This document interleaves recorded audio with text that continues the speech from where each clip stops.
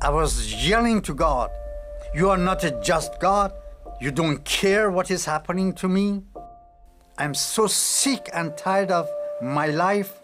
Finally, I say that, if you are the true God, come and take my life. If not, let me die here. I don't want to wake up.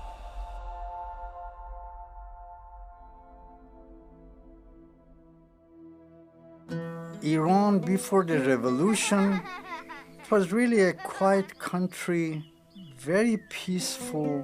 When the Islamic revolution happened in 1979, I left Iran and moved to Denmark. The very first day when I came to Denmark, it was snow falling, cold, very cold.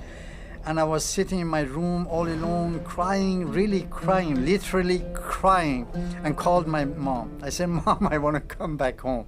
I really want to come back home. I don't want to stay here. I cannot stay here. I will die here." And she said that if you come here, you will die here too, so you better stay there.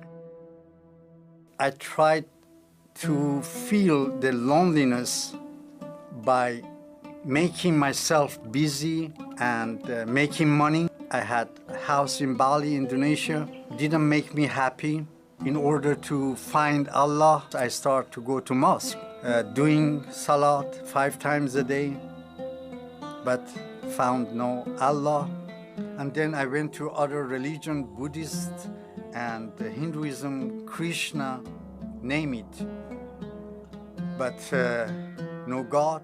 But still, the feeling of loneliness and emptiness was there. My neighbor back in Bali, Indonesia, they were really unbelievably nice and loving. The first day, they knocked my door and came with food and tried to make friendship with me. They also tried to get me into church. Church for Muslim is a hidden place. The more I turned them down, the more they loved me purely, unconditionally. And finally, I gave up. I said, "Okay, and I want to see that what your Jesus want to do to me. Can he get me out of this misery?" When I came in the church, I saw this guy. Now he told to whole congregation, 4,000 people, "You will be touched by God in different way." Everyone was touched, but not Abraham. Nothing happened. And I was telling to myself that, "Abraham, you are a very, very bad guy. That's why God is not touching you." But the more I turned him down, the more he loved me. I mean, it was really a strange love. So finally I said, "Okay, your Jesus couldn't do anything today. Let me see what he want to do to me tomorrow." And next day, exactly the same way. And this time I was really furious. I was really angry with myself, and I was angry with God. And I was so angry with God that I went right in front of the pulpit and lay down as dead man. I was yelling to God, "You are not a just God. I'm seeking to find you for years and years, but it seems that you don't care. If you are the true God, come and take my life. If not, let me die here. I don't want to wake up." After 10 minutes, I heard a voice, "Abraham, you don't want your life? I will take your life for my glory." I felt hands start to touch my head. I thought that some of these 4,000 people felt sorry for me and came to me just to give me comfort. I opened one of my eyes, seeing that who is this? Nobody here, this side.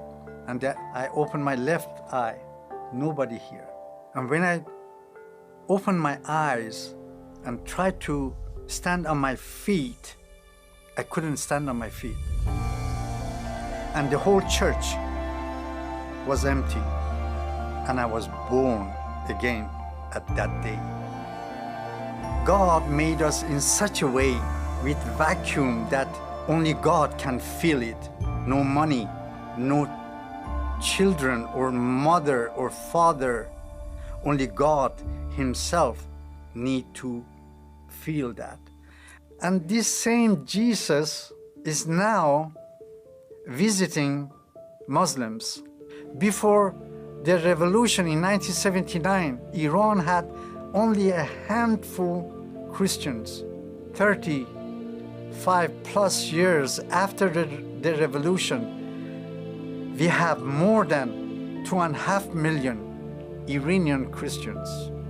Years after I become Christian and my view of Jewish people changed dramatically. I love them with all my heart. I respect them highly. We, the Gentiles, we grafted in to the tree, but they are the branches. I truly believe that God has a still plan for Israel. And my advice to Christian, do not give up. Keep on loving people. You don't know what is happening. The Jewish or Muslim, they turn you down, but don't give up. You don't know what is happening in their heart. You have to be patient. You are dealing with human soul, and continue to love people unconditionally. I am one for Israel.